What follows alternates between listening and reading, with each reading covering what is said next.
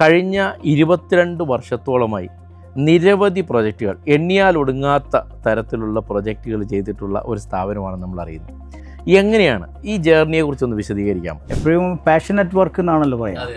അപ്പം ആ പാഷനിലുണ്ടായ ഒരു സംഭവമാണ് ഞങ്ങളുടെ രണ്ടുപേരും ഷബീർ സലീൽ അസോസിയേറ്റ്സ് എന്നുള്ള സ്ഥാപനം ഉണ്ടായത്. അവരുടെ റിക്വയർമെൻറ്റ്സ് ഒക്കെ വളരെ ഇൻഡെപ്തിൽ പഠിച്ച് അവർക്ക് വേണ്ട ആഗ്രഹങ്ങളും അവരുടെ ആവശ്യങ്ങളും ഒക്കെ നിറവേറ്റി കൊടുക്കുക എന്നുള്ളതാണ് ബേസിക്കലി ഇത് നോക്കേണ്ടത്. ക്ലയന്റ് എന്താണെന്ന് ആദ്യം പഠിക്കുക വേണം, അതാണ് ചെയ്യേണ്ടത്. ക്ലയന്റ് എന്താണ്, അവരുടെ രീതികൾ എന്താണ്, അവരുടെ സ്വഭാവം എന്താണ്, അതിനനുസരിച്ച് പ്ലാൻ ചെയ്താലേ അവർക്കും ഹാപ്പി ആവുള്ളൂ. ഇലക്ട്രിക്കൽ അസോസിയേഷൻ്റെ ഒക്കെ കോൺഫറൻസ് നടക്കാൻ ഞാൻ ഒരു ടിപ്സായിട്ട് വർക്കേഴ്സിന് കൊടുത്ത ഞാനൊരു കമൻ്റായിട്ട് കൊടുത്ത സംഭവമാണ്. കാരണം ഒരുപാട് പേർക്ക് ജോലിയില്ലാതെ പ്ലംബർമാരൊക്കെ നിൽക്കുന്നതുണ്ട്. അപ്പം ഇത്തരം ഒരു ഓപ്പർച്യൂണിറ്റി കിട്ടുകയാണെങ്കിൽ ഒരു മെയിൻ്റനൻസ് എഞ്ചിനീയറിംഗ് ഒരു ഫേം തുടങ്ങാം. എക്സ്പീരിയൻസ് സെന്ററിൽ വിസിറ്റ് ചെയ്യാൻ പറയലുണ്ട്. സീരിയസ്ലി, അത് ഓരോ ബ്രാൻഡ് ഇപ്പം എൻ്റെ ബ്രാൻഡാണ് എടുക്കുന്നത് വെച്ചാൽ അതിൻ്റെ എക്സ്പീരിയൻസ് സെന്ററിനെ പോയി കാണണം എന്ന് തന്നെ പറയും. എനിക്ക് പറയാനുള്ളത് സ്ക്രീൻ ടൈം വളരെ കൂടുതലാണ് എല്ലാവരുടെയും. അപ്പോൾ മനുഷ്യന്മാർ ഏതൊരാളെടുത്ത് നോക്കുകയാണെങ്കിൽ സ്ക്രീൻ ടൈമിലാണ് കൂടുതൽ. അപ്പം നമുക്കത് ഒരു ആപ്പ് വഴിയോ അല്ലെങ്കിൽ അങ്ങനെ ഷെയർ ചെയ്ത് കൊടുക്കാൻ പറ്റുകയാണെങ്കിൽ കുറച്ചുകൂടി ഇൻട്രസ്റ്റിംഗ് ആയിരിക്കും. Hi all, welcome to designer talk. ഇന്ന് നമ്മളോടൊപ്പം ചേരുന്നു കാലിക്കട്ട് ആസ്ഥാനമായി ഷബീർ സലീൽ അസോസിയേറ്റ്സിലെ ഫൗണ്ടേഴ്സ് ഷബീർ ആൻഡ് സലീൽ. നമുക്കറിയാം, ഇന്ത്യയിലുടനീളം അതുപോലെ തന്നെ GCC കൺട്രീസിലും നിരവധി പ്രൊജക്റ്റുകൾ ചെയ്ത് അവരുടെ വ്യക്തിമുദ്ര പല മേഖലകളിൽ പതിപ്പിച്ചിട്ടുള്ള റിസോർട്ടുകളാകട്ടെ, വീടുകളാകട്ടെ, ഷോപ്പിംഗ് മോളുകളാകട്ടെ, അങ്ങനെ ഏതെല്ലാം മേഖലകളിലൊക്കെ കൈവയ്ക്കാമോ അതെല്ലാം വെച്ച് വ്യക്തിമുദ്ര പതിപ്പിച്ചിട്ടുള്ള ഒരു ആർക്കിടെക്ചറൽ ഡിസൈൻ സ്ഥാപനമാണ് Shabeer Saleel associates. Welcome to the show. Thank you. നിങ്ങളെക്കുറിച്ച് കൂടുതൽ അറിഞ്ഞു കഴിഞ്ഞപ്പോൾ we are so much excited. കാരണം കഴിഞ്ഞ 22 വർഷത്തോളമായി നിരവധി പ്രൊജക്റ്റുകൾ, എണ്ണിയാൽ ഒടുങ്ങാത്ത തരത്തിലുള്ള പ്രൊജക്റ്റുകൾ ചെയ്തിട്ടുള്ള ഒരു സ്ഥാപനമാണ് നമ്മൾ അറിയുന്നത്. പരിപൂർണ സംതൃപ്തരായ നിരവധി കസ്റ്റമേഴ്സ്. എനിക്ക് തോന്നുന്നു ഏതൊരു ഡിസൈനർ ആർക്കിടെക്ചർ ഫേമിലും അസൂയാവഹമായിട്ടുള്ള തരത്തിൽ അല്ലെങ്കിൽ എണ്ണത്തിൽ നിരവധി കസ്റ്റമേഴ്സ്, അവരുടെ റെഫറൻസിൽ പിന്നെയും കസ്റ്റമേഴ്സ്. എങ്ങനെയാണ് ഈ ജേർണിയെക്കുറിച്ചൊന്ന് വിശദീകരിക്കാമോ? ഞങ്ങൾ 2003 മാർച്ചിലാണ് നമ്മുടെ സ്ഥാപനം തുടങ്ങുന്നത്. ഞാനും സലീലും ഞങ്ങൾ നേരത്തെ ഫ്രണ്ട്സ് ആയിരുന്നു. വേറൊരു ആർക്കിടെക്ചറൽ സ്ഥാപനത്തിൽ വർക്ക് ചെയ്തായിരുന്നു. അബ്ദുൽ ഹമീദ് കൺസൾട്ടൻസ് എന്ന് പറയും. അതേപ്പോൾ ഇല്ല, ഇറ്റ്സ് നോ മോർ. അപ്പം സാറാണ് ഞങ്ങളുടെ മെൻറ്റർ. അപ്പം ഞങ്ങളുടെ കൂട്ടുകെട്ടാണ് ഈ ഒരു സ്ഥാപനം വളരാനുണ്ടായ കാരണം. ബേസിക്കലി ഞങ്ങൾ രണ്ടുപേരും ഈ ആർക്കിടെക്ചറൽ ഈ മേഖലയിൽ ഭയങ്കര പാഷനേറ്റ് ആയിട്ടുള്ള ആളുകളാണ്. എപ്പോഴും പാഷൻ അറ്റ് വർക്ക് എന്നാണല്ലോ പറയുന്നത്. അപ്പം ആ പാഷനിലുണ്ടായ ഒരു സംഭവമാണ് ഞങ്ങളുടെ രണ്ടുപേരും ഷബീർ സലീൽ അസോസിയേറ്റ്സ് എന്നുള്ള സ്ഥാപനം ഉണ്ടായത്.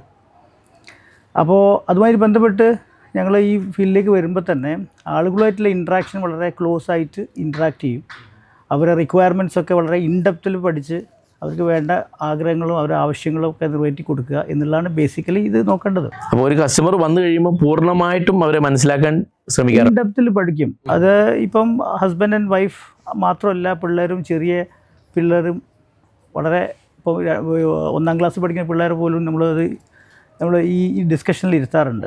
അങ്ങനെ അവരുടെ ഇൻഡെപ്തിൽ പഠിച്ചിട്ടാണ്. പലപ്പോഴും നമ്മൾ പല സ്ഥലങ്ങളിലും കാണുന്ന കുട്ടികളെ മാറ്റിയിരുത്തും. അപ്പോൾ ഇത് കുട്ടികളെ ഓൾസോ അതിൻ്റെ പാർട്ടാക്കി മാറ്റിയാണ് അല്ലേ? അതെ. ഞങ്ങളിപ്പം ക്ലയന്റ് എന്താണെന്ന് ആദ്യം പഠിക്കുക വേണം, അതാണ് ചെയ്യേണ്ടത്. ക്ലയന്റ് എന്താണ്, അവരുടെ രീതികൾ എന്താണ്, അവരുടെ സ്വഭാവം എന്താണ്, അതിനനുസരിച്ച് പ്ലാൻ ചെയ്താലേ അവർക്കും ഹാപ്പി ആവുള്ളൂ. അവർ ആ വീട്ടിൽ കംഫർട്ട് ആവുള്ളൂ. അതാണ് ഞങ്ങൾ തുടക്കം ചെയ്യുക. അപ്പോൾ ഇത്രയും വർഷങ്ങളായല്ലോ, ഈ ഇത്രയും വർഷങ്ങൾക്കിടയിൽ എല്ലാ തരത്തിലുള്ള പ്രൊജക്റ്റുകളും ചെയ്തിട്ടുണ്ട് അല്ലേ? കൂടുതലായും ചെയ്തിട്ടുള്ളത് ഏത് ടൈപ്പ് പ്രൊജക്റ്റുകളാണ്, അല്ലെങ്കിൽ ലാൻഡ് മാർക്ക് ആയിട്ടുള്ള കുറച്ച് പ്രൊജക്റ്റുകൾ അങ്ങനെ പറയാൻ പറ്റുമോ? കൂടുതലും ചെയ്തത് വീടുകളായിരിക്കും.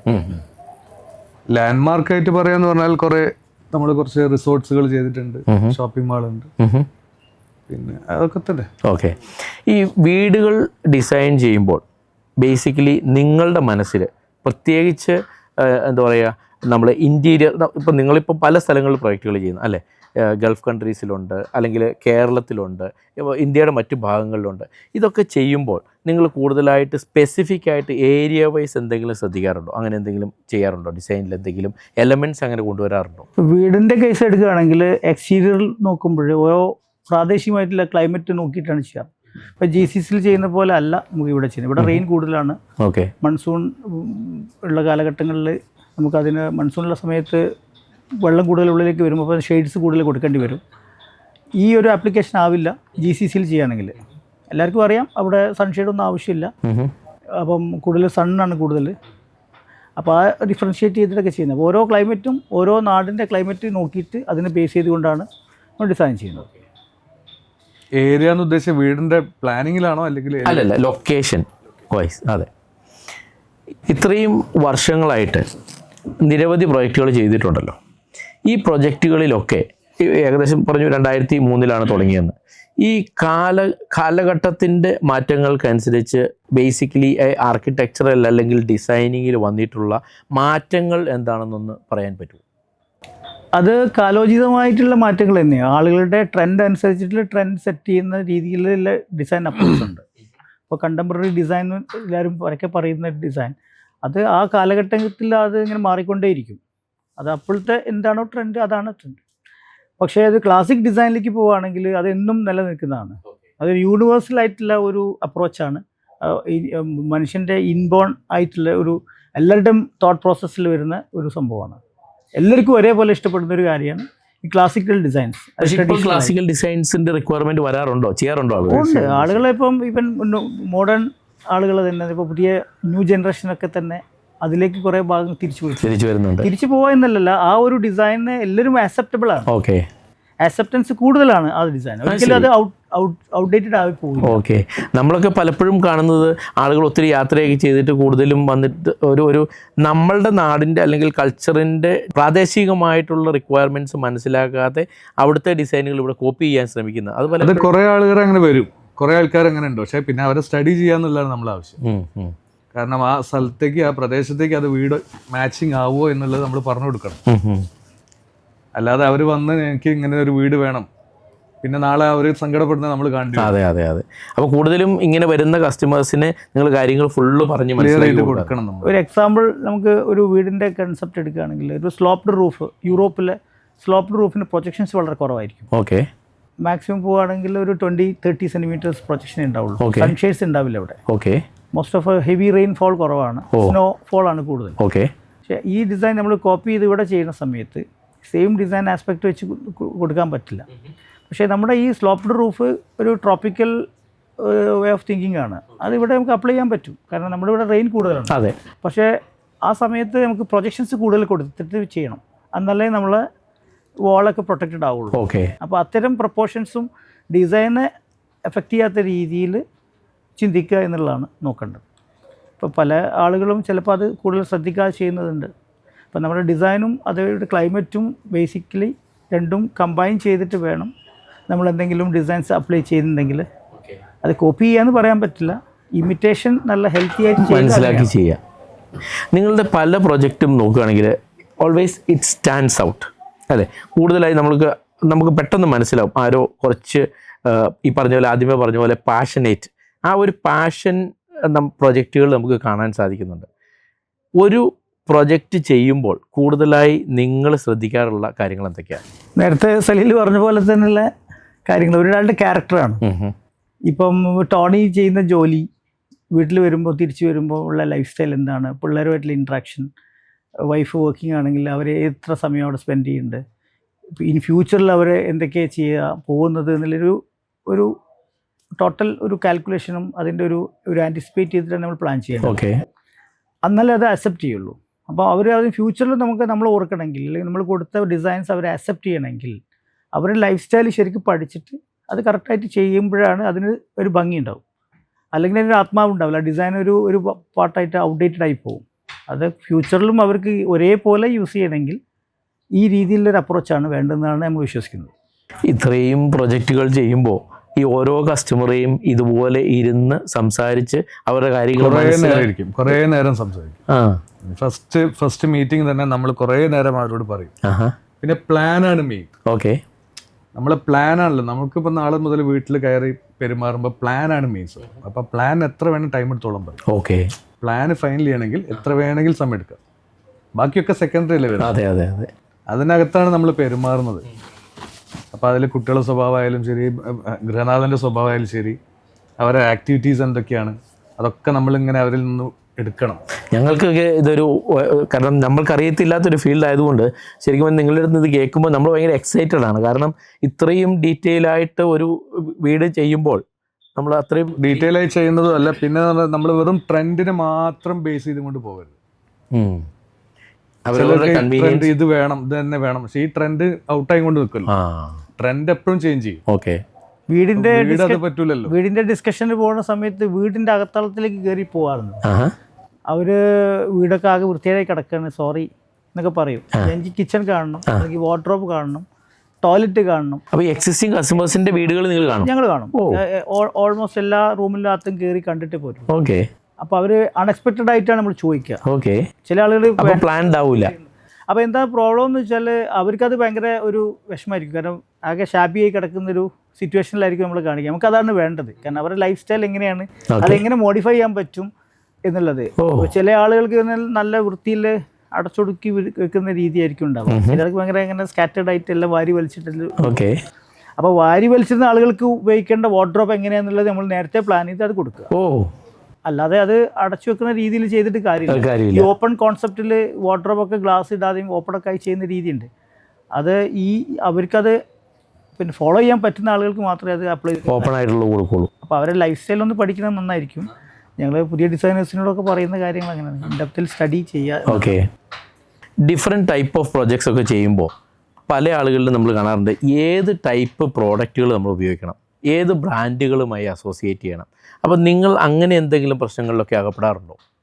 ഇല്ല, അത് അവരുടെ ബജറ്റ് നോക്കിയിട്ടാണ് ചെയ്യുക. ഇപ്പം അവർക്ക് എല്ലാവർക്കും എല്ലാ സ്കെയിലല്ല.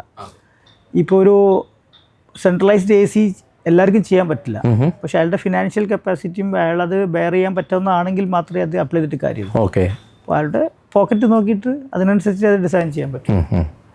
അയാൾക്ക് നാളെ സമാധാനമായിട്ട് കിടന്നുറങ്ങാൻ പറ്റും. അത് ശരി അല്ലേ? ഒരു വീടിന്റെ മെയിൻ സംഭവം അല്ലേ, നാളെ പോയിട്ട് കിടന്നുറങ്ങാൻ. വീട് പണിതിട്ട് അത് ഒരു തലവേദന ആവരുതല്ലോ, ബേർഡൻ ആവരുത്. ഇപ്പോൾ കഴിഞ്ഞ കുറേ വർഷങ്ങളായി നോക്കുകയാണെങ്കിൽ എനിക്ക് തോന്നുന്നു വാഷ്റൂംസ് അല്ലേ, ബാത്റൂംസിന് ഭയങ്കര ഒരു ഇമ്പോർട്ടൻസ് വന്നിട്ടുണ്ട്. പല ആളുകളുടെയും ഏറ്റവും ഒരു പ്രൈവറ്റ് സ്പേസായി. ഇപ്പോൾ ചില ആളുകൾ പറയുന്നത് കേൾക്കാം, morning starts in washroom and day ends in washroom അല്ലേ, അങ്ങനെ കേൾക്കുന്നുണ്ട്. അപ്പോൾ ഇതൊരു പ്രൈവറ്റ് സ്പേസായി മാറി. അപ്പോൾ ഈ ഇത്രയും വർഷങ്ങളുടെ ഉള്ളിൽ ഈ ഒരു ബാത്റൂം ഡിസൈൻ ചെയ്യുമ്പോൾ വന്നിട്ടുള്ള മാറ്റങ്ങൾ എന്തൊക്കെയാണ്? ബാത്റൂം നമ്മുടെ ലൈഫിൻ്റെ ഒരു പാർട്ടാണ്. നേരത്തെ പറഞ്ഞില്ലേ, രാവിലെയും രാത്രി മാത്രമേ, ചിലപ്പോൾ ഉച്ചയ്ക്ക് പോകുന്ന ആളുകളുണ്ട്. പക്ഷെ പോകാന്ന് പറഞ്ഞാൽ നമ്മൾ അവരുടെ സമാധാനത്തോടെ ഇരിക്കേണ്ട സ്ഥലമാണ്. It's A private space. It's A private space. Bedroom പോലെ തന്നെ ഇമ്പോർട്ടൻ്റ് ആയിട്ടുള്ളൊരു സ്പേസാണ് ടോയ്ലറ്റ്. നമ്മൾ അവിടെ ടോയ്ലറ്റ് യൂസ് ചെയ്യുന്ന സമയത്ത് എന്താണ് ഒരാൾ ആഗ്രഹിക്കുന്നത്, കൺജഷൻ ഇല്ലാതെ ഒരു സഫോക്കേഷൻ ഇല്ലാത്ത രീതിയിൽ ഇരിക്കാൻ പറ്റും. ഇപ്പോൾ ക്ലോസറ്റിൻ്റെ മുകളിൽ ഇരിക്കുകയാണെങ്കിൽ തന്നെ അതിൻ്റെ ഒരു ടെക്നിക്കലി പറയുകയാണെങ്കിൽ സയൻറ്റിഫിക് ആയിട്ട് എൻ്റെ ഹൈറ്റ് വളരെ ഇമ്പോർട്ടൻ്റ് ആണ്. അതിലൊരു സെൻറ്റിമീറ്റർ കൂടുകയോ കുറയോ ചെയ്താൽ കംഫർട്ട് ഉണ്ടാവും. ഓക്കെ. അപ്പോൾ നമ്മൾ ബ്രഷ് ചെയ്യുകയാണെങ്കിൽ ടേബിളിൻ്റെ സൈസ്, ടേബിൾ ബ്രഷ് ചെയ്യുമ്പോൾ നമ്മൾ പഴയ കാലത്ത് പറമ്പിൽ കിണറിൻ്റെ ചുറ്റും പോയിട്ട് ബ്രഷ് ചെയ്ത് പുറത്തേക്ക് നോക്കിയിട്ട് അയൽവാസിനെ നോക്കിയിട്ട് ബ്രഷ് ചെയ്തുകൊണ്ടിരിക്കുന്നത്. അതിലൊരു ഹാപ്പിനെസ്, അത് ഗ്രീനറി കാണുക, ഓപ്പൺനെസ്സിലേക്ക് നോക്കിയിരിക്കുകയാണ്. അപ്പോൾ ടോയ്ലറ്റ്സ് എപ്പോഴും ഓപ്പൺ ആക്കുകയാണെങ്കിൽ നല്ലതാണ്. എല്ലാവരും ചെറിയ കുഞ്ഞ് വെന്റിലേറ്റർ പഴയ കാലത്ത് ചെയ്തിട്ടുണ്ടായിരുന്നത്. ബിഗർ സ്പേസിലാക്കിയിട്ട് പ്ലെയിൻ ഒരു പിക്ചർ വിൻഡോ പോലെ കൊടുക്കുകയാണെങ്കിൽ അത് നമുക്ക് യൂസ് ചെയ്യാൻ പറ്റും. ഒരു കേർട്ടൺ യൂസ് ചെയ്തിട്ട് അതിന് വേണമെങ്കിൽ ഒപ്പേക്കാക്കി മാറ്റാവുന്നതാണ്. അല്ലെങ്കിൽ സ്മാർട്ട് ഗ്ലാസ് യൂസ് ചെയ്തിട്ട് അത് ഒപ്പേക്കാക്കാവുന്നതാണ്. അപ്പോൾ അത് നേരത്തെ പറഞ്ഞ പോലെ കോസ്റ്റ് നോക്കിയിട്ട് ഒരാളുടെ അഫോർഡബിലിറ്റി അനുസരിച്ചിട്ട് അത് സ്മാർട്ട് ഗ്ലാസ് ആക്കുകയോ മാനുവൽ ആക്കുകയോ ഒക്കെ ചെയ്യാവുന്നതാണ്. പിന്നെ ഈ ലാൻഡ് കോസ്റ്റ് ഭയങ്കരമായിട്ട് മാറിക്കൊണ്ടിരിക്കുകയാണല്ലോ. അപ്പോൾ അടുത്തടുത്ത് വീടുകൾ വരുന്നു. അപ്പോൾ അങ്ങനെ വരുമ്പോൾ അത് പ്രാക്ടിക്കലി നമുക്ക് ആ ഒരു വിഷ്വൽ ഫീല് കിട്ടാനായിട്ട് എന്തൊക്കെയാണ് ചെയ്യാൻ പറ്റുക? പുറത്ത് ഗ്രീനറി പിടിപ്പിക്കണം.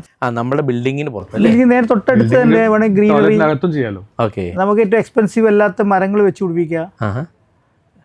അതിന് ഇന്ന മരം വേണമെന്നില്ല. വീടിൻ്റെ അകത്തുനിന്ന് പുറത്തേക്ക് നോക്കുമ്പോൾ പിക്ചർ ഫ്രെയിമിലൂടെ കാണുന്ന ഗ്രീന് വല്ലാത്തൊരു ഭംഗിയായിരിക്കും. ഈ നിങ്ങളുടെ പ്രൊജക്റ്റുകളിൽ ഗ്രീനറി, ഇപ്പോൾ ഈ ഗ്രീനറി പറഞ്ഞപ്പോൾ ഗ്രീനറിക്ക് ഭയങ്കര ഇമ്പോർട്ടൻസ് കാണാറുണ്ട് പല വീടുകളുടെയൊക്കെ നിങ്ങൾ ചെയ്തിട്ടുള്ള പ്രൊജക്റ്റുകൾ കാണുമ്പോൾ. ഈ ലാൻഡ്സ്കേപ്പിങ്ങും നിങ്ങൾ തന്നെയാണോ ഫോക്കസ് ചെയ്ത് ചെയ്യുന്നത്? തീർച്ചയായും. വലിയ സ്കെയിലിൽ ചെയ്യുകയാണെങ്കിൽ ലാൻഡ്സ്കേപ്പ് ആർക്കിടെക്ട്സിൻ്റെ ഹെൽപ്പ് നമ്മൾ ചെയ്യാറുണ്ട്. എപ്പോഴും അത് വേണമല്ലോ. നമ്മൾ കുറച്ച് എലാബറേറ്റ് ചെയ്ത് ചെയ്യുന്ന പ്രൊജക്റ്റുകളിലൊക്കെ ലാൻഡ്സ്കേപ്പ് ആർക്കിടെക്ചർ എത്ര ഭംഗിയുള്ള വീടാണെങ്കിലും അതിൻ്റെ ഒരു ഫൈനൽ ഫിഗർ വരണമെങ്കിൽ നമ്മൾ എന്തായാലും ലാൻഡ്സ്കേപ്പ് വേണം. ഒരു ഗാർഡനോ അല്ലെങ്കിൽ അതിൻ്റെ ഗ്രീനറി ഒന്നും ഇല്ലാത്തൊരു വീട് നിങ്ങൾ നോക്കി നോക്കും. ഓക്കെ, ഭയങ്കര ഡ്രൈ ആയിരിക്കും. ഓക്കെ, നമ്മളും ഡ്രൈ ആവും അല്ലേ?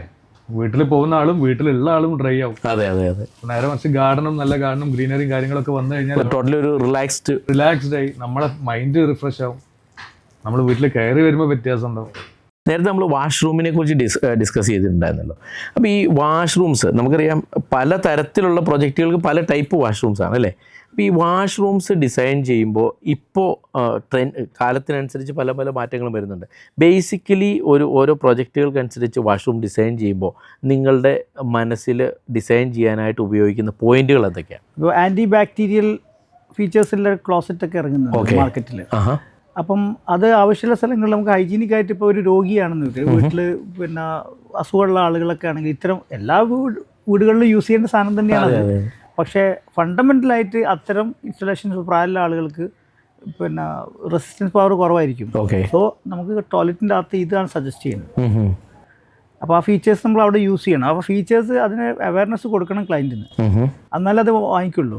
അപ്പോൾ അവർ ആ രീതിയിൽ അയാൾ അപ്രോച്ച് ചെയ്യുക, അത് കൊടുക്കുക, അത് യൂസ് ചെയ്യുകയും ചെയ്യും. അങ്ങനെയുണ്ട്. അപ്പോൾ അത്തരം കാര്യങ്ങളിലൊക്കെ ഓരോ പ്രോഡക്റ്റിൻ്റെ നോഹൗ ക്ലയൻറ്റിലേക്ക് കൊണ്ടുപോവുക എന്നുള്ളതാണ്. ഇത് പറഞ്ഞപ്പോൾ നമ്മളൊരു ആഡഡ് ഫീച്ചറായിട്ട് പറയാനായിട്ട് ആഗ്രഹിക്കുന്നത് ഇപ്പോൾ ഈ ആൻറ്റി മൈക്രോബിയൽ ശരിക്കും വിട്രയുടെ ഒരു ഏറ്റവും സ്പെസിഫിക് ആയിട്ടുള്ള 2 അഡ്വാൻറ്റേജുകളിൽ ഒന്നാണ് ഈ ആൻറ്റി മൈക്രോബിയൽ. എല്ലാ സിറാമിക്സും ആൻറ്റി ബാക്ടീരിയലാണ്. ഒരു അയോണൈസ്ഡ് ഗ്ലേസ് ടെക്നോളജി ഉപയോഗിച്ച് എല്ലാ സെറാമിക്കും life long anti bacterial technology. Plus ഈ നിങ്ങളുടെ NRI ക്ലയൻറ്റ്സ് ഒത്തിരി ഉണ്ടല്ലോ. ഈ NRI ക്ലയൻറ്റ്സിന് മെയിൻ്റനൻസിന് ഏറ്റവും ഹെൽപ്ഫുള്ളായിട്ടുള്ളൊരു പോയിൻ്റാണ് വിട്ര ഗ്ലേസ് എന്ന് പറഞ്ഞ ടെക്നോളജി. അപ്പോൾ ഈ വിട്ര ഗ്ലേസിലുള്ള ഒരു പ്രത്യേകത പലപ്പോഴും അത് എക്സ്ട്രാ സ്മൂത്ത് ഗ്ലേസ് ആയതുകൊണ്ട് ക്ലീനിങ് ഭയങ്കര ഈസിയാണ്, മെയിൻ്റനൻസ് ഭയങ്കര എളുപ്പമാണ്. ഡെഫിനറ്റ്ലി നമ്മൾ റെഗുലറായിട്ട് ഉപയോഗിക്കുന്ന കസ്റ്റമേഴ്സിനെ സംബന്ധിച്ചും മെയിൻ്റനൻസ് ഭയങ്കര ഈസിയാണ്. അപ്പോൾ നമ്മളെപ്പോഴും ഒരു ഡിസൈനർ അല്ലെങ്കിൽ ആർക്കിടെക്റ്റിനെ മീറ്റ് ചെയ്യുമ്പോൾ ഏറ്റവും ഹൈലൈറ്റ് ചെയ്യുന്നത്, കാരണം ഈ നമുക്കറിയാം കൂണ് പോലെ മുളച്ചു വരുന്നതാണ് പലപ്പോഴും 4 സ്റ്റാർ 5 സ്റ്റാർ ഹോട്ടലുകൾ. എനിക്കൊന്ന് കേരളത്തിലാണ് ഏറ്റവും കൂടുതൽ ഹോട്ടൽസ് ഉള്ളതെന്ന് പറയുന്നത്. അപ്പോൾ ഈ ഹോട്ടൽസ് റീക്ലാസിഫിക്കേഷന് പോകുമ്പോൾ അവരുടെ അനുഭവത്തിൽ അവർ പലപ്പോഴും പറയുന്നൊരു പോയിൻ്റ്, വിട്രയുടെ ക്ലോസറ്റുകളാണെങ്കിൽ അല്ലെങ്കിൽ സിറാമിക് പ്രോഡക്റ്റുകളാണെങ്കിൽ ഒരു വാഷ് ചെയ്ത് കഴിഞ്ഞാൽ പിന്നെയും getting A fresh look. May be seat covers നേരത്തെ പറഞ്ഞതുപോലെ ചിലപ്പോൾ സീറ്റ് കവേഴ്സ് മാത്രം ഒന്ന് ചേഞ്ച് ചെയ്താൽ മതി. അത് പലപ്പോഴും വിട്രയ്ക്ക് കിട്ടുന്ന ഏറ്റവും വലിയൊരു നല്ല വൈറ്റുമാണ്. ഗ്ലേഷ്യർ നല്ല വൈറ്റ്. മറ്റുള്ള ബ്രാൻഡായിട്ട് നോക്കുമ്പോൾ ആ ഗ്ലേഷ്യർ കുറച്ചുകൂടെ ഇമ്പ്രസീവാണ്. ഓക്കെ. ഈ സർവീസിനെ കുറിച്ച് പറയുമ്പോൾ ആഫ്റ്റർ സർവീസിന് ഒരു പ്രത്യേക ഒരു പാക്കേജ് പോലെയൊക്കെ കൊടുക്കാൻ പറ്റുകയാണെങ്കിൽ വളരെ നന്നായിരിക്കും. ഞാൻ എപ്പോഴും ഇപ്പോൾ ആളുകൾക്ക് പിന്നെ ജോലി ഉണ്ടാവും. കാരണം ഇപ്പോൾ ഇലക്ട്രീഷ്യൻസ് അതേപോലെ പ്ലംബേഴ്സ് ഇതെല്ലാം വീട് നമ്മൾ കമ്മീഷൻ ചെയ്ത് ആർക്കിടെക്ചർ ഫയൽ ഹാൻഡ് ഓവർ ചെയ്ത് ഗുഡ് ബൈ പറഞ്ഞ് പോയി കഴിഞ്ഞാൽ ഒരു 3 months 4 months കഴിഞ്ഞാൽ അവർക്ക് ആരെ വിളിക്കണം എന്നുള്ളത് വീണ്ടും അഗെയിൻ ആർക്കിടെക്റ്റിനെ വിളിക്കുക. നമ്മൾ ആർക്കിടെക്റ്റിനെ വിളിക്കാൻ പാടില്ല. അത് കോൺട്രാക്ടേഴ്സ് ഡയറക്റ്റ് ഓൺ ബോർഡ് ആക്കി വെച്ചിട്ട് എല്ലാ വർഷവും അവരിനെ കറക്റ്റ് ഫോളോ അപ്പ് ചെയ്യുന്ന രീതിയിലൊരു പ്രാക്ടീസ് കൊണ്ടുവരികയാണെങ്കിൽ ഭയങ്കര ഇൻട്രസ്റ്റിംഗ് ആയിരിക്കും. അപ്പം അത് ഈ ഇൻഡസ്ട്രിക്ക് തന്നെ സപ്പോർട്ടിങ് ആയിരിക്കും. ബിസിനസ് ഓപ്പർച്യൂണിറ്റിയാണ്. ബിസിനസ് ഓപ്പർച്യൂണിറ്റി തീർച്ചയായിട്ടും. കാരണം ഒരു പ്ലംബർക്ക് ഒരു മെയിൻ്റനൻസ് എഞ്ചിനീയർ എന്നുള്ള ഒരു പോസ്റ്റിലേക്ക് കുറേ പേരെ അപ്പോയിൻറ്റ് ചെയ്തിട്ട് ആ ഒരു വിങ് ഭയങ്കര സ്ട്രോങ് ആയിട്ട് കുറേ പേർക്ക് ജോലി കിട്ടുന്ന ഒരു മേഖലയാണ്. എനിക്ക് തോന്നുന്നു വിദേശ രാജ്യങ്ങളിലൊക്കെ അങ്ങനെ ഒരു ട്രെൻഡ് ഇവിടെ തന്നെ ഉണ്ട്. പക്ഷേ അത് പ്രോബ്ലം എന്താണെന്ന് വെച്ചാൽ ഒരു 20 വർഷം മുന്നിലെ വീടാണ്, ഇനി അങ്ങോട്ട് പോയി നോക്കേണ്ടതില്ല എന്നില്ല. ഇനീഷ്യലി ഒരു കൊല്ലം 2 കൊല്ലം 3 കൊല്ലമൊക്കെ ഉണ്ടാവും ചിലപ്പോൾ, പിന്നെ അത് മൈൻഡിൽ വിടും. പക്ഷേ അത് ഒരു നല്ലൊരു ഓപ്പർച്യൂണിറ്റിയാണ്. അവരറിയാതെ എവറി 6 months അല്ലെങ്കിൽ എവറി ഇയറിലോ ഒരു ജസ്റ്റ് എ കോൾ. അപ്പം അത് സാനിറ്ററി വിൽക്കുന്ന ഒരാളാണെങ്കിൽ ഏത് ബ്രാൻഡ് ആയിക്കോട്ടെ ആ ഒരു ബ്രാൻഡിൻ്റെ ഭാഗമായിക്കൊണ്ട് ഒരു മെയിൻ്റനൻസ്, അപ്പോൾ അതിൻ്റെ ഫീഡ്ബാക്കും കിട്ടും. ഇപ്പം ക്ലോസറ്റ് ബേസിസിനൊക്കെ എന്തെങ്കിലും പരിക്ക് പറ്റുന്നുണ്ട്, നമ്മൾ വെച്ചിട്ട് ഒരു 2 വർഷമായി. അപ്പോൾ ഡയറക്റ്റ് നമുക്ക് പോയിട്ടാണ് എക്സ്പീരിയൻസ് ചെയ്യുന്നത്. മറ്റത് ഒരാൾ പറഞ്ഞിട്ടാണ് ഇതിന് കംപ്ലൈൻറ്റ് ഉണ്ടാവുന്നത്. ഇത് അതല്ല, നമ്മൾ തന്നെ പോയിട്ട് അവർക്ക് കാണിച്ചു കൊടുക്കുക നിങ്ങളുടെ ക്ലോസറ്റ് ചെറിയ കളർ വേരിയേഷൻ ഉണ്ട്. അപ്പോൾ നമുക്കൊരു ഓപ്പർച്യൂണിറ്റി കിട്ടണം, ഇത് വാറൻറ്റി കഴിഞ്ഞിട്ടുണ്ട് സാർ എന്ന് പറയും. എഗെയിൻ അവർക്ക് വാങ്ങാനുള്ളൊരു ടെൻഡൻസി അവിടെ കിട്ടുകയാണ്. അപ്പോൾ നിങ്ങൾക്ക് സെയിൽ കൂടുകയാണ്.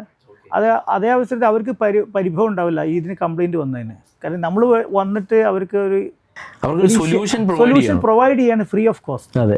അപ്പോൾ നമ്മൾ അവരെ ജസ്റ്റ് നോക്ക് ചെയ്തിട്ട് നമ്മൾ പോയിട്ട് I need to check your closet and basins എന്നൊക്കെ പറഞ്ഞിട്ട് ഇത് റെഗുലറായിട്ട് ഞങ്ങൾ ചെക്ക് ചെയ്യുന്നൊരു ഫോർമാറ്റാണ്, ഞങ്ങളെ കമ്പനി പ്രത്യേകത ഇതാണെന്നൊക്കെ പറഞ്ഞിട്ട് ഡയലോഗ് അടിച്ചു കഴിഞ്ഞാൽ അത് അവർക്ക് ഭയങ്കര സപ്പോർട്ടീവാണ്. ഞങ്ങൾക്ക് വലിയൊരു ബിസിനസ് ഐഡിയ ആണ്. ഞാൻ തീർച്ചയായിട്ടും നമ്മുടെ കസ്റ്റമേഴ്സിനെ നമുക്ക് കൂടുതൽ ഹാപ്പി ആക്കാൻ കിട്ടുന്ന പ്ലംബിംഗ് അസോസിയേഷൻ, ഇലക്ട്രിക്കൽ അസോസിയേഷൻ്റെ ഒക്കെ കോൺഫറൻസ് നടക്കാൻ ഞാൻ ഒരു ടിപ്സായിട്ട് വർക്കേഴ്സിന് കൊടുത്ത ഞാനൊരു കമൻ്റായിട്ട് കൊടുത്ത സംഭവമാണ്. കാരണം ഒരുപാട് പേർക്ക് ജോലിയില്ലാതെ പ്ലംബർമാരൊക്കെ നിൽക്കുന്നതുണ്ട്. അപ്പം ഇത്തരം ഒരു ഓപ്പർച്യൂണിറ്റി കിട്ടുകയാണെങ്കിൽ ഒരു മെയിൻ്റനൻസ് എഞ്ചിനീയറിംഗ് ഒരു ഫേം തുടങ്ങാം. അതെ, ഭയങ്കര ഓപ്പർച്യൂണിറ്റിയാണ്. അപ്പോൾ ഇതിനെല്ലാം നമുക്കൊരു ഫീഡ്ബാക്ക് കറക്റ്റ് കിട്ടും. നമുക്ക് direct mouth to mouth direct to കസ്റ്റമറാണ്. അപ്പോൾ കസ്റ്റമർ എൻഡിൽ പോയിട്ട് അതിൻ്റെ ഫീഡ്ബാക്ക് ഡയറക്റ്റ് നമ്മൾ പെറുക്കിയെടുക്കണം, അവർ പറഞ്ഞിട്ടല്ല. ഓക്കെ.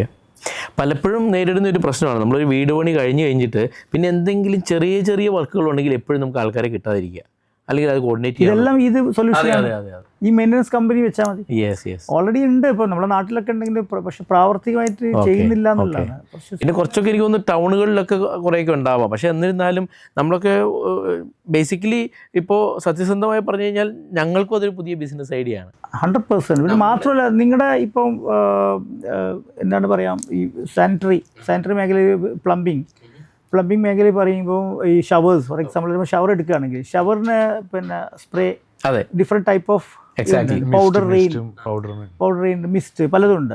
പക്ഷേ ഈ മിസ്റ്റും പൗഡറും വർക്ക് ചെയ്യണമെങ്കിൽ ആ നോസിലിൻ്റെ അടുത്ത് സെഡിമെന്റ്സ് ഉണ്ടാവാൻ പാടില്ല. അപ്പോൾ അത് നല്ല ഫിൽറ്റർ വെക്കണം. അപ്പോൾ ഫിൽറ്റർ നമ്മൾ സജസ്റ്റ് ചെയ്യണം. ആർക്കിടെക്റ്റോ ഡിസൈനറോ ഫിൽറ്റർ വേണമെന്ന് പറഞ്ഞാൽ മാത്രമേ അത് വർക്ക് ചെയ്യുള്ളൂ. ഫിൽറ്റർ വെക്കാതെ ഡയറക്റ്റ് കൊടുക്കുന്ന ആളുകളുണ്ട്. നമ്മളെപ്പോഴും ഈ പല പ്രൊജക്റ്റുകളിലൊക്കെ പോകുമ്പം എല്ലാ സ്ഥലങ്ങളിലും റിക്വസ്റ്റ് ചെയ്യുന്ന ഒരു പോയിന്റാണ്, അതായത് പ്രൊജക്റ്റിലല്ല റിക്വസ്റ്റ് ചെയ്യേണ്ടത്, പർച്ചേസ് ചെയ്യുന്ന സമയത്ത് നമ്മൾ റിക്വസ്റ്റ് ഫ്രം ദ ബിഗിനിങ്. നമ്മളൊരു ക്ലയന്റ് പർച്ചേസ് ചെയ്യാൻ വരുമ്പോൾ, നിങ്ങളൊരു പ്രോഡക്റ്റ് പർച്ചേസ് ചെയ്യാൻ വരികയാണ്, അല്ലെങ്കിൽ നിങ്ങൾ അതിൻ്റെ ഒരു ഷോറൂം ഉണ്ടെങ്കിൽ അവിടുത്തെ സ്റ്റാഫ് അത് പറയണം.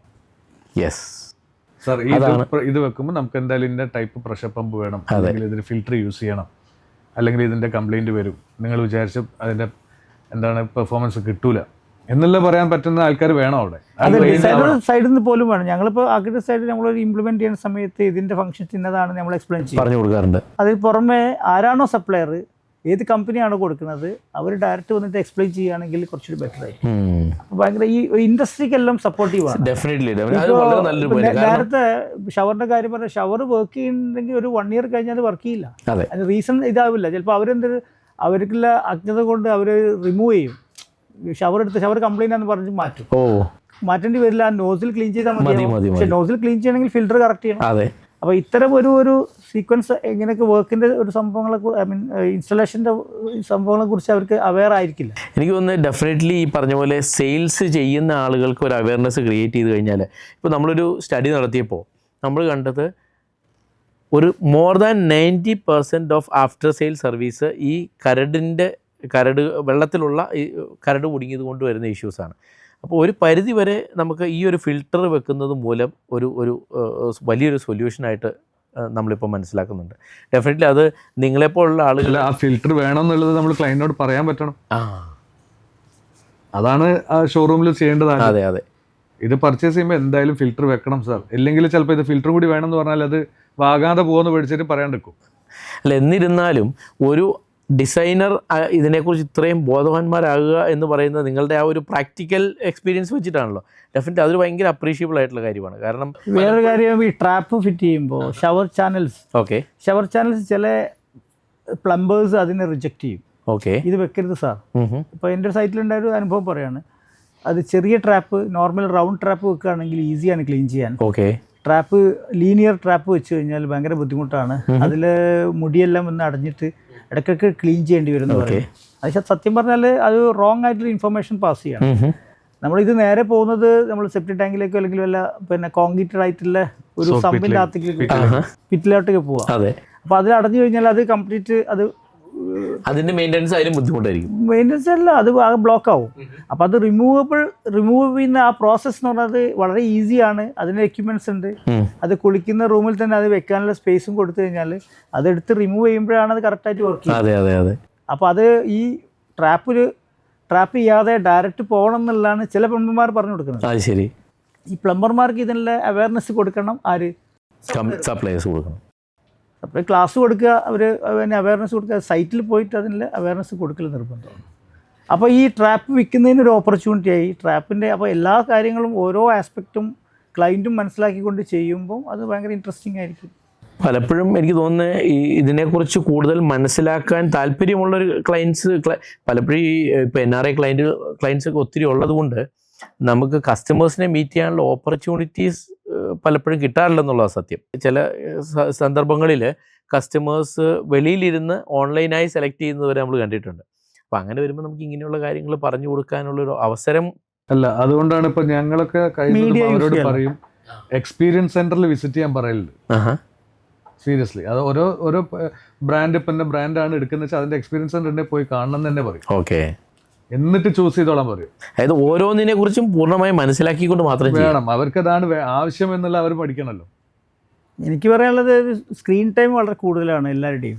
മനുഷ്യന്മാർ ഏതൊരാളെടുത്ത് നോക്കുകയാണെങ്കിൽ സ്ക്രീൻ ടൈമിലാണ് കൂടുതൽ. അപ്പം നമുക്കത് ഒരു ആപ്പ് വഴിയോ അല്ലെങ്കിൽ അങ്ങനെ ഷെയർ ചെയ്ത് കൊടുക്കാൻ പറ്റുകയാണെങ്കിൽ കുറച്ചുകൂടി ഇൻട്രസ്റ്റിംഗ് ആയിരിക്കും.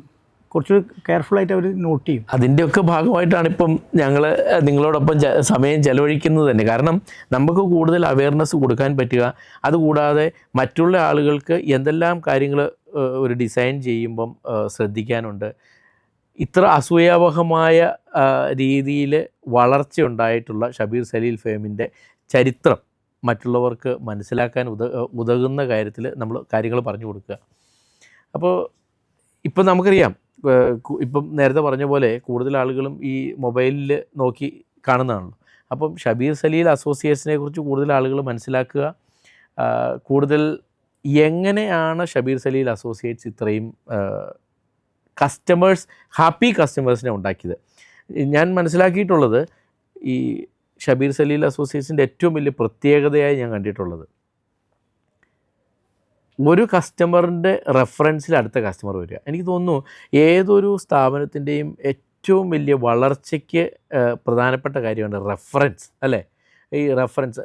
അപ്പം പലരിൽ നിന്നും വ്യത്യസ്തമായി കൂടുതൽ റെഫറൽ ക്ലയൻറ്റുകൾ കാണുന്ന ഒരു സ്ഥാപനം. അപ്പോൾ അത് എനിക്ക് തോന്നുന്നു നിങ്ങൾ ആദ്യമേ പറഞ്ഞതുപോലെ ആ ഒരു പാഷനേറ്റ് ആയിട്ട് ചെയ്യുന്നു, ആ ഒരു ഇൻവോൾവ്മെൻറ്റ് കാണുന്നു. പിന്നെ എല്ലാ ഡിസൈനുകളിലും നിങ്ങളുടെ പേഴ്സണലായിട്ടുള്ള ഇൻവോൾവ്മെൻറ്റ്. പലപ്പോഴും നമ്മൾ കാണുന്നത് ക്ലയൻറ്റുകൾ ആളുകൾ കൂടിക്കഴിയുമ്പോൾ ചിലപ്പോൾ എല്ലാവർക്കും പേഴ്സണലി ഇൻവോൾവ് ചെയ്യാൻ പറ്റത്തില്ല. പക്ഷെ ഓരോന്നിലും നിങ്ങൾ കസ്റ്റമേഴ്സുമായിട്ട് ടൈം സ്പെൻഡ് ചെയ്യുന്നു. എനിക്ക് തോന്നുന്നു ഇത്തരം പ്രത്യേകതകളായിരിക്കാം ഷബീർ സലീൽ അസോസിയേഷനെ കൂടുതൽ വ്യത്യസ്തമാക്കുന്നതും ഇത്രയും വലിയ വളർച്ചയിലേക്ക് ഷബീർ സലീൽ അസോസിയേഷനെ കൊണ്ടുപോയി എത്തിച്ചതും എന്നാണ് എൻ്റെ ഒരു തിങ്കിങ്. അതിന് ആ ഒരു തിങ്കിങ് ശരിയാണോ? അത് നമ്മൾ വളരെ നേരത്തെ പറഞ്ഞ പാഷനേറ്റ് വർക്ക് ചെയ്യുക, പിന്നെ പെർഫെക്ഷൻ. ഇപ്പോൾ ടോണി നന്നായിട്ട് ഡ്രസ്സ് ചെയ്തിട്ടുണ്ട്. ഇന്ന് രാവിലെ അത് നല്ല കെയർഫുള്ളായി ചെയ്യുന്ന സംഭവമാണ്. ഇതേപോലെ നമ്മുടെ ജോബിൽ എപ്പോഴും കെയർഫുള്ളായിട്ട് ചെയ്യുക എന്നുള്ളതാണ്. ഏത് ജോബ് ആയിക്കോട്ടെ, ഓക്കെ, ക്ലീൻ ചെയ്യുന്ന ഒരു ജോബ് ആയിക്കോട്ടെ, ഏറ്റവും ഹയസ്റ്റ് പോയിന്റിൽ വൈറ്റ് കോളർ ജോബ് ആയിക്കോട്ടെ, അത് വളരെ സിൻസിയറായിട്ട് വർക്ക് ചെയ്യുമ്പോൾ എല്ലാവർക്കും ഇതേപോലെ പ്രശസ്തിയോ അല്ലെങ്കിൽ ക്ലയൻസോ ഒക്കെ കൂടുതൽ കിട്ടുന്നുള്ളതാണ്. കോംപ്രമൈസ് ചെയ്യാൻ പാടില്ല. എന്താണോ നമ്മുടെ അടുത്ത് ഡെലിവറി അവർ ഉദ്ദേശിക്കുന്നത് അതിൻ്റെ മേലെ ബിയോണ്ട് ദാറ്റ് നമുക്ക് തിങ്ക് ചെയ്തിട്ട് അവർക്ക് പ്രസൻറ്റ് ചെയ്യുക എന്നുള്ളത്. അതിലൊരു കറപ്ഷനും ഉണ്ടാകാൻ പാടില്ല. കറക്റ്റായിട്ട് ഡെലിവറി കൊടുക്കുക. ആ ഡെലിവറിബിൾ എന്തൊക്കെയാണെന്നുള്ളത് വളരെ ഡിസ്ക്രൈബ് ചെയ്തിട്ട് അവരെ എക്സ്പ്ലെയിൻ ചെയ്തിട്ട് ഹാൻഡ് ഓവർ ചെയ്ത് കഴിഞ്ഞാൽ അവർ അക്സെപ്റ്റ് ചെയ്യും. ഇത് തന്നെയാണോ നമ്മുടെ പുതിയ ജനറേഷന് നിങ്ങൾക്ക് കൊടുക്കാനുള്ള മെസ്സേജ്? ഏത് പ്രോഡക്റ്റ് യൂസ് ചെയ്യുമ്പോൾ നന്നായിട്ട് സ്റ്റഡി ചെയ്തതിന് ശേഷം മാത്രം യൂസ് ചെയ്യുക. അത് അയാൾക്ക് വേണ്ടതാണോ എന്ന് നോക്കിയിട്ട് മാത്രമേ ചെയ്യാൻ പാടുള്ളൂ. ഈ ട്രെൻഡിന് വേണ്ടിയിട്ടോ ഡിസൈൻ ആസ്പെക്റ്റിന് വേണ്ടിയിട്ടോ നമ്മൾ കാട്ടിക്കൂട്ടാൻ വേണ്ടിയിട്ടോ ഒന്നും ചെയ്യരുത്. അത് അയാൾക്ക് ആപ്റ്റായിട്ടുള്ള ഒരു സംഭവമാണെങ്കിൽ മാത്രമേ ചെയ്യാൻ പാടുള്ളൂ. അല്ലെങ്കിൽ അത് യൂസ് ചെയ്യാനേ പാടില്ല. അത് ഒഴിവാക്കണം. പലപ്പോഴും കാണുന്ന എസ്തെറ്റിക്കലി സ്റ്റൈലിഷ് ആയിട്ടുള്ള പല പ്രോഡക്റ്റുകൾ ഉപയോഗിക്കും, പക്ഷേ പ്രാക്ടിക്കാലിറ്റി വരുമ്പോൾ പലപ്പോഴും നമുക്ക് എസ്തെറ്റിക്കും അതിൻ്റെ ഒരു ഭാഗം തന്നെയാണ്. വീടിനാണെങ്കിലും അതിൻ്റെ ഒരു ഭാഗം തന്നെയാണ് എസ്തെറ്റിക്. ഇപ്പം നമ്മളിപ്പോൾ ഇത്രയും പൈസ മുടക്കുന്നുണ്ടാവും, ചിലപ്പം അവരൊരാളെ ഡ്രീം ആയിരിക്കും. ഓക്കെ, ഒരാളത്രയും ഒരു ലൈഫിലെ ഒരു ഡ്രീം ആയിരിക്കും ഒരു വീട് ഉണ്ടാക്കുക എന്ന് പറഞ്ഞത്. അപ്പോൾ ആ വീടിൻ്റെ അതിൻ്റെ ഒരു മുഖം ഒരു മെയിൻ തിങ് തന്നെയാണ്. അതെ. പക്ഷേ അതേപോലെ തന്നെയാണ് പ്രധാനമാണ് നമ്മൾ ഈ പറഞ്ഞ മാതിരി പ്ലാനും അതിൽ യൂസ് ചെയ്യുന്ന മെറ്റീരിയൽസ് ആയാലും തലവേദന ഇല്ലാതെ യൂസ് ചെയ്യാൻ പറ്റും. അത് അവർക്ക് വേണോ എന്നുള്ള അറിയുന്നത്. അയാളിപ്പം യൂസ് ചെയ്യുന്ന സാധനം അയാൾക്ക് ആവശ്യം ഉണ്ടെങ്കിൽ മാത്രം മതി. അനാവശ്യമായിട്ട് കുറെ നിറയ്ക്കേണ്ട ആവശ്യമൊന്നുമില്ലല്ലോ ഒരു വീട്ടിൽ. ഓക്കെ. അതുള്ളത് നല്ല ക്വാളിറ്റി സംഗതികളും കൊടുക്കുക, അതിൽ അഡ്ജസ്റ്റ്മെന്റ് ചെയ്യണ്ട, ഓക്കെ, നല്ല ക്വാളിറ്റി തന്നെ ആക്കാം. ഓക്കെ. അപ്പോൾ എനിക്ക് തോന്നുന്നു ഇൻ ഷോർട്ടായിട്ട് പറയുകയാണെങ്കിൽ ഷബീർ സലീൽ അസോസിയേറ്റ്സിൻ്റെ വിജയ മന്ത്രം എന്ന് പറയുന്നത് കസ്റ്റമേഴ്സിനെ പഠിക്കുക, ഉപയോഗിക്കുന്ന പ്രോഡക്റ്റുകൾ പഠിക്കുക, നമ്മൾ ചെയ്യാൻ പോകുന്ന പ്രോജക്റ്റിനെ കുറിച്ച് കസ്റ്റമേഴ്സ് ആക്ച്വലി പറയുകയാണെങ്കിൽ ചിലപ്പോൾ ഫിനിഷിംഗ് സ്റ്റേജ് ആകുമ്പോൾ ദേ ആർ ലൈക്ക് ഫാമിലി ആവും. ഓക്കെ. ഇപ്പം നമ്മളിപ്പോൾ 22 years ആയിട്ടുള്ള അധികം ആൾക്കാരും അതിൽ ഓൾമോസ്റ്റ് ഓൾ എന്താ പറയുക, അത് ഞങ്ങളൊരു ഫാമിലി പോലെ തന്നെ. ഇപ്പം എല്ലാ ഫംഗ്ഷൻസിലും ഞങ്ങൾ പോകും, എല്ലാത്തിനും ഞങ്ങൾ വിളിക്കും, ഞങ്ങൾ ഇൻവൈറ്റ് ചെയ്യും. അവരെ ഈവൻ ഇപ്പം പണ്ട് മദറിനും ചെയ്ത വീട് ഇപ്പം മക്കൾക്ക് ഞങ്ങൾ ചെയ്യുന്നുണ്ട്. അപ്പം അത് നെക്സ്റ്റ് ജനറേഷൻ നമ്മൾ ചെയ്യുന്നുണ്ട്. ഓക്കെ. അപ്പം അതൊരു ഡേ ലൈക്ക് ഫാമിലി എന്നുള്ള ലെവലിലേക്ക് എത്തും. അല്ല, അതിനർത്ഥം അവർ പരിപൂർണമായി സന്തോഷവാന്മാരായതുകൊണ്ടാണല്ലോ ഇങ്ങനെ ഒരു കുടുംബമായി ചേരാൻ പറ്റുന്നത്. പലപ്പോഴും ചില ഇതിലൊക്കെ നമ്മൾ കാണുന്നതെന്ന് പറഞ്ഞു കഴിഞ്ഞാൽ പിന്നീട് ഒരു ബന്ധം ഉണ്ടാകാറില്ല. പക്ഷേ ഒരു കുടുംബം പോലെ ആയിത്തീരുന്നു എന്ന് പറയുന്നത് അതാണല്ലോ അതിൻ്റെ ഒരു സക്സസ്. കാരണം അതിനർത്ഥം അവർ ഏറ്റവും സന്തോഷവാന്മാരാണ്. ഈ നിങ്ങൾ ചെയ്ത പ്രൊജക്റ്റിൽ അവർ ഉദ്ദേശിച്ച രീതിയിലുള്ള ഔട്ട്പുട്ട് അവർക്ക് കിട്ടി എന്നുള്ളത് വരുമ്പോഴാണല്ലോ. അതുകൊണ്ട് തന്നെ ആയിരിക്കും കൂടുതൽ ഡിഫറൻസ്. അല്ല, അവർക്ക് നമ്മളോട് ഫ്രീ ആയിട്ട് വർത്തമാനം പറഞ്ഞ് ഫ്രീ ആയിട്ട് ഇടപഴകാൻ പറ്റണം, ഷെയർ ചെയ്യാൻ പറ്റണം, എന്നാലല്ലേ അതിനൊരു വിജയം വരുള്ളൂ. മനസ്സ് തുറക്കുന്നവരാക്കുക എന്നുള്ളതാണ്. ഓക്കെ. അവർ ചിലപ്പം വളരെ ആവശ്യമുള്ള കാര്യം മാത്രമേ സംസാരിക്കുള്ളൂ. പക്ഷേ നമ്മളവർ ഓപ്പൺ അപ്പ് ചെയ്യുന്ന ഒരു ജോലി നമുക്കുണ്ട്. ഓക്കെ. അപ്പോൾ അതിന് കുറച്ച് സലീൽ പറഞ്ഞ പോലെ ഇൻറ്റിമസി കാണിക്കണം. ഓക്കെ. അപ്പോഴേ അവർ ഓപ്പൺ ഔട്ട് ചെയ്യും. ഓക്കെ. അപ്പോൾ നമുക്ക് അവരെ കറക്റ്റായിട്ട് അവരെ പ്രോസസ്സ് എന്താണെന്നുള്ളത് കറക്റ്റ് ഫീഡ് ചെയ്യാൻ പറ്റും. അവർക്കനുസരിച്ച് ഡിസൈൻ ചെയ്യുക, ദാറ്റ്സ് ഇറ്റ്. ഓക്കെ. അതാണതൊരു ശ്രദ്ധിക്കേണ്ട കാര്യം. എനിക്ക് തോന്നുന്നത് നിങ്ങളോട് ഇത്രയും നേരം സംസാരിച്ചപ്പോൾ നമുക്ക് കിട്ടിയ ഏറ്റവും വലിയ പാഠം എന്ന് പറയുന്നത് നമ്മൾ ചെയ്യുന്ന എന്തിലും ഫുള്ളി ഇൻവോൾവ് ആകുക, കൂടുതൽ പഠിക്കുക, കസ്റ്റമേഴ്സിനെ പഠിക്കുക, നമ്മൾ ഉപയോഗിക്കുന്ന പ്രോഡക്റ്റിനെ കുറിച്ച് പഠിക്കുക, അതിൻ്റെ ആഫ്റ്റർ സെയിൽസ് സർവീസിനെ കുറിച്ച് മനസ്സിലാക്കുക, എങ്ങനെ ടോട്ടലി ട്രബിൾ ഫ്രീ ആയിട്ടുള്ള ഒരു സൊല്യൂഷൻ ഒരു കസ്റ്റമർ കൊടുക്കാൻ പറ്റുക. എനിക്ക് തോന്നുന്നു ഇതൊക്കെ തന്നെയാണ് വിജയമന്ത്രം അല്ലേ? ഷബീർ സലീൽ അസോസിയേറ്റ്സിൻ്റെ ഏറ്റവും വലിയ വിജയമന്ത്രം. കൂടുതൽ റെഫറൽ ക്ലയൻസ് കിട്ടാനും ഇത്രയും വലിയ ഔന്നത്യത്തിലെത്താനും ഷബീർ സലീൽ അസോസിയേറ്റ്സിന് സാധിച്ചതുപോലെ ഇനിയും വരുന്ന തലമുറയിലെ കൂടുതൽ ആളുകൾക്ക്, നമുക്കറിയാം ഈ ഫീൽഡിലേക്ക് ഓരോ വർഷവും 3000-ലധികം ആളുകളാണ് വരുന്നത് അല്ലേ? എൻ്റെ ശരിയാണെങ്കിൽ. അപ്പോൾ ഇവർക്കെല്ലാം ഒരു വലിയൊരു പാഠമായി തീരട്ടെ ഷബീർ സലീൽ അസോസിയേറ്റ്സിൻ്റെ വളർച്ച. ഇതിൽ നിന്നും പ്രചോദനം ഉൾക്കൊണ്ട് ഓരോ കാര്യങ്ങളും കൂടുതൽ പഠിക്കുകയും ഇൻവോൾവ് ചെയ്യുകയും അങ്ങനെ നല്ല ഒരു ക്ലയൻറ്റ് ബേസ് ഉണ്ടാക്കി നമ്മുടെ കേരളത്തിൻ്റെ മൊത്തത്തിലുള്ള ശൈലിയെ ഏറ്റവും ഭംഗിയുള്ള ജീവസുറ്റ ഒരു പ്രൊജക്റ്റുകളുടെ ഒരു കേന്ദ്രമാക്കി മാറ്റാൻ എല്ലാവർക്കും സാധിക്കട്ടെ. ഇന്നത്തെ ഈ പ്രോഗ്രാമിൽ ഞങ്ങളോടൊപ്പം ചേർന്നതിനും വളരെ ഇമ്പോർട്ടൻ്റ് ആയിട്ടുള്ള ഒത്തിരി കാര്യങ്ങൾ നമ്മൾക്കും നമ്മളുടെ പ്രേക്ഷകർക്കും പറഞ്ഞു തന്നതിനും നിങ്ങൾക്ക് പ്രത്യേകമായി നന്ദി. ഞങ്ങൾക്കറിയാം നിങ്ങൾ വളരെയധികം തിരക്കുള്ള ഒരു ഷെഡ്യൂളിൽ നിന്ന് ഇത്രയും പ്രൊജക്റ്റ് ചെയ്യുന്ന ഒരാളിനെ ഫ്രീ ആയിട്ട് കിട്ടുക എന്ന് പറഞ്ഞു കഴിഞ്ഞാൽ പലപ്പോഴും റെയർ ചാൻസസ് ആണ്. അപ്പോൾ ഈ തിരക്കുകൾക്കിടയിലും ഞങ്ങൾക്ക് വേണ്ടിയും ഞങ്ങളുടെ പ്രേക്ഷകർക്ക് വേണ്ടിയും ഇവിടെ വന്ന് സമയം ചെലവഴിച്ചതിന് ഞങ്ങളുടെ ഹൃദയംഗമമായി നന്ദി. Thank you so much. Thank you thank you so much. Thank you.